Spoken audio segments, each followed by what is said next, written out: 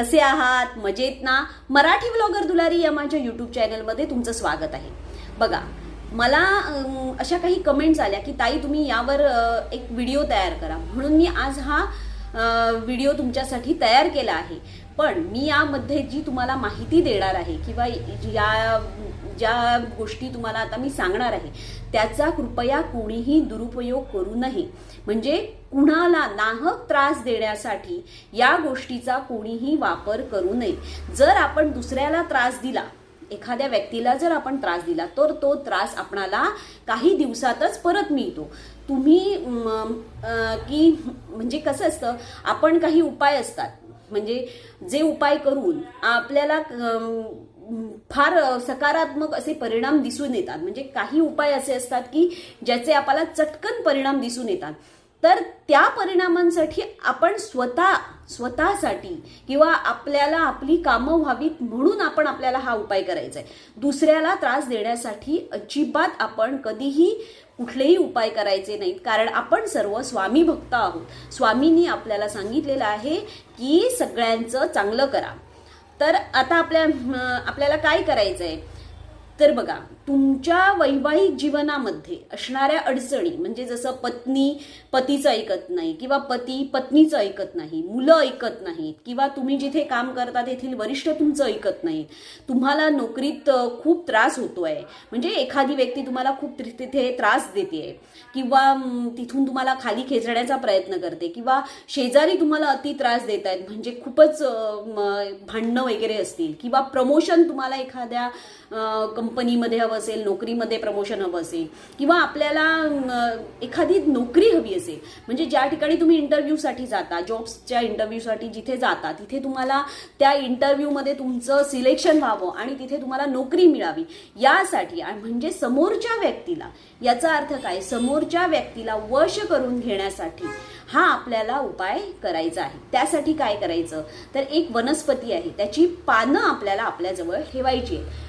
पण ही पानं कधी, केव्हा, कोणत्या वेळी आणि कशी ठेवायची, आणि ती ठेवताना आपल्याला कोणता मंत्र म्हणायचा आहे हे आपण आज जाणून घेणार आहोत. आपल्या आजूबाजूला अशा अनेक शक्ती आहेत ज्या एखाद्याला वश करत असतात, कारण आपण या गोष्टींकडे सकारात्मकतेने पाहत नाही. कारण बघा, सगळीकडे आपण सकारात्मकतेने पाहिलं ना तर आपल्या सगळ्या गोष्टी ह्या सकारात्मक होतात. आता मी जो उपाय तुम्हाला सांगणार आहे तो उपाय तुम्हाला कोणत्याही शुक्रवारी, बुधवारी किंवा रविवारी करायचा आहे. पण जास्तीत जास्त तुम्हाला हा शुक्रवारी करायचा आहे. शुक्रवारी केला तर त्याचे अतिशय चांगलं फळ मिळतं असं ज्योतिषशास्त्रामध्ये सांगितलेलं आहे. तर आता हे झाड कोणतं हे जाणून घेऊ. तर या झाडाचं नाव आहे लाजाळू. काही लोक याला लाजवंती म्हणतात, काही छुईमुई म्हणतात. म्हणजे बघा, लाजाळूचं पान सकाळी उघडतं आणि रात्री ते मिटतं. पण बघा, तुमचा स्पर्श झाला, एखाद्या पक्षाचा स्पर्श झाला, काही त्याला लाजरीच्या म्हणजे लाजाळूच्या झाडाच्या पानांना कशाचा स्पर्श झाला की काय होतं, ती आपोआप मिटतात आणि थोड्या वेळाने पुन्हा ती आपणच फुलतात. असं त्या लाजाळूचं हे, कारण ती लाजाळू हे म्हणून त्याला नाव पडलंय. ही लाजाळूची झाडं आपल्याला सगळीकडे रस्त्यावर दिसतात. पण म्हणजे तुमच्याकडे आहेत की नाही मला माहित नाही, पण आमच्याकडे या साईडला तर खूप असतात, कारण कोकण साईडला ती रस्त्याच्या आजूबाजूला अशी असतात. तर ही आपल्याला या झाडाची आपल्याला काही पानं लागणार आहेत. पण तुम्ही हा उपाय ज्या दिवशी करणार त्याच्या आदल्या दिवशी, म्हणजे आता शुक्रवारी जर आपल्याला उपाय करायचा आहे तर आपल्याला गुरुवारी त्या झाडाच्या जवळ, म्हणजे जिथे कुठे तुम्ही झाड बघून ठेवलेलं असेल तिथे एका छोट्या पेल्यातून गंगाजल आणि एक उदबत्ती घेऊन जायचंय, आणि त्या झाडावर म्हणजे झाडाच्या मुळाशी आपल्याला गंगाजल घालायचं आणि उदबत्ती दाखवून त्या झाडाला विनंती करायची की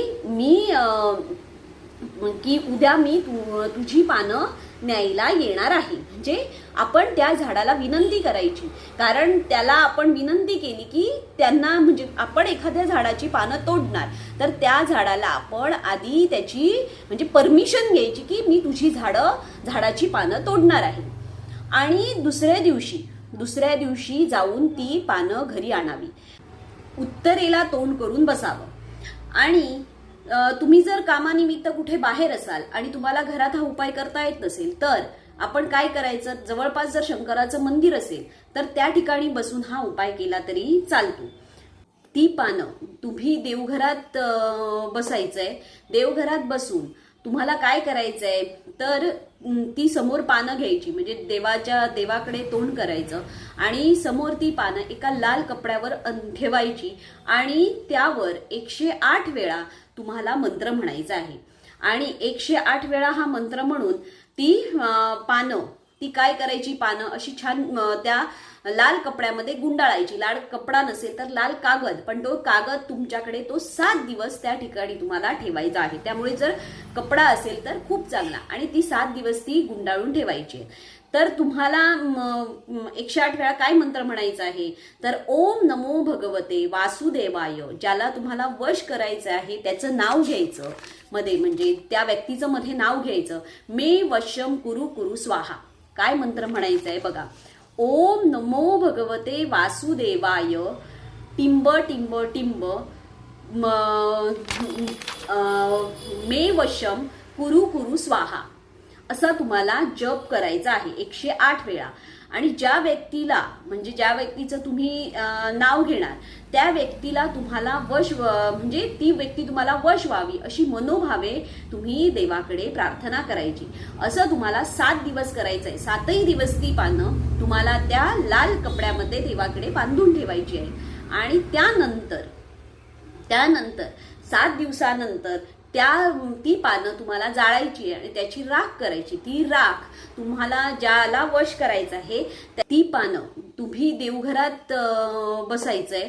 देवघरात बसून तुम्हाला काय करायचंय तर ती समोर पानं घ्यायची, म्हणजे देवाकडे तोंड करायचं आणि समोर ती पानं एका लाल कपड्यावर ठेवायची आणि त्यावर 108 वेळा तुम्हाला मंत्र म्हणायचा आहे. आणि 108 वेळा हा मंत्र म्हणून ती पानं, ती काय करायची, पानं अशी छान त्या लाल कपड्यामध्ये गुंडाळायची. लाल कपडा नसेल तर लाल कागद, पण तो कागद तुमच्याकडे तो 7 दिवस त्या ठिकाणी तुम्हाला ठेवायचा आहे. त्यामुळे जर कपडा असेल तर खूप चांगला, आणि ती 7 दिवस ती गुंडाळून ठेवायची. तर तुम्हाला 108 वेळा काय मंत्र म्हणायचं आहे तर ओम नमो भगवते वासुदेवाय. ज्याला तुम्हाला वश करायचं आहे त्याचं नाव घ्यायचं मध्ये, म्हणजे त्या व्यक्तीचं मध्ये नाव घ्यायचं. मे वशम कुरु कुरु स्वाहा. काय मंत्र म्हणायचं आहे बघा. ओम नमो भगवते वासुदेवाय टिंब टिंब टिंब मे वशम कुरु कुरु स्वाहा. असा तुम्हाला जप करायचा आहे 108 वेळा. आणि ज्या व्यक्तीला, म्हणजे ज्या व्यक्तीचं तुम्ही नाव घेणार त्या व्यक्तीला तुम्हाला वश, म्हणजे ती व्यक्ती तुम्हाला वश व्हावी अशी मनोभावे तुम्ही देवाकडे प्रार्थना करायची. असं तुम्हाला 7 दिवस करायचं आहे. 7ही दिवस ती पानं तुम्हाला त्या लाल कपड्यामध्ये देवाकडे बांधून ठेवायची आहे. आणि त्यानंतर 7 दिवसानंतर ती पानं तुम्हाला जाळायची आणि त्याची राख करायची. ती राख तुम्हाला ज्याला वश करायचं आहे त्याच्या समोर जाऊन ती अशी फुंकायची आहे. किंवा जर ती तुम्हाला अगदीच, म्हणजे आता कोणाच्या समोर जाऊन आपण तसं करू शकत नाही, जर तुम्हाला अगदीच तसं करता आलं नाही तर निदान ती त्याच्या समोर नेऊन टाकायची आणि त्याच्या डोळ्यात डोळे घालून तुम्हाला जे काही पाहिजे ते त्याच्याकडे मागायचं. तुम्हाला जे हवं ते अगदी 100% या उपायाने पूर्ण होणार. कारण हा ज्योतिषी उपाय आहे, त्यामुळे या उपायाने प्रत्येकाची कामं ही होणारच. पण पुन्हा एकदा सांगते, याचा वाईटासाठी काहीही उपयोग करू नका. जर वाईटासाठी उपयोग केला तर त्याचा आपल्याला फार त्रास होतो. त्यामुळे जे काही कराल ते चांगल्यासाठी करा, तुमची कामं होण्यासाठी करा. वाईट कामं करण्यासाठी याचा उपयोग करू नका. आणि कमेंटमध्ये श्री स्वामी समर्थ लिहायला विसरू नका. श्री स्वामी समर्थ.